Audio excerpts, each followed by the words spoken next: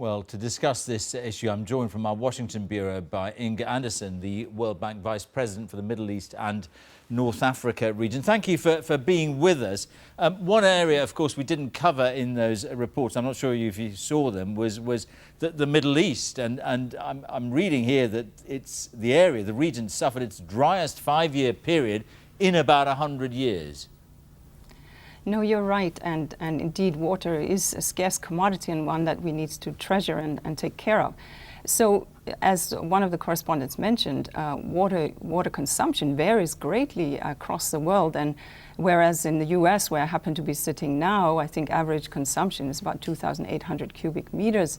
In a country like Yemen, we're talking about 100 cubic meters per year.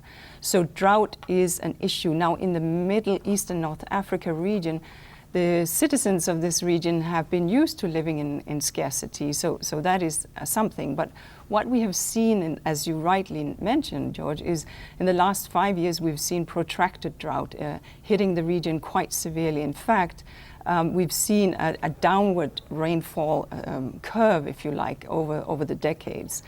And if we take right now the drought that we're talking about the Eastern Mediterranean, if you like, the Lebanon, Jordan, Palestine, Israel, Iraq countries, Syria, of course, very deeply impacted. And this is quite significant because, as you mentioned, this is drought on drought, year on year. So, all the more impacted by the Syrian crisis, obviously. So then it begs the question, isn't it? I mean, there's a limited amount of water, I mean, in terms of climate. How does one go about managing this? Are we going to have to see more protocols about this kind of thing? Well, the thing is that we need to consider how we use, how we store, how we optimize water. And so obviously taking aside for a moment the horrific conflict, but just the weather conditions, there are aspects of crop choice. Can we get, as we like to say, more crop per drop? What are the crops that optimize? What are the crops that have the highest value? What are the crops that we can maximize both on nutrition and on productivity? Another thing is that we need to look at is, frankly, crop per square meter, if you like. In the Middle East and North Africa, on average, we are about only at 36% of the productivity where we would like to be. Other countries are much, much higher.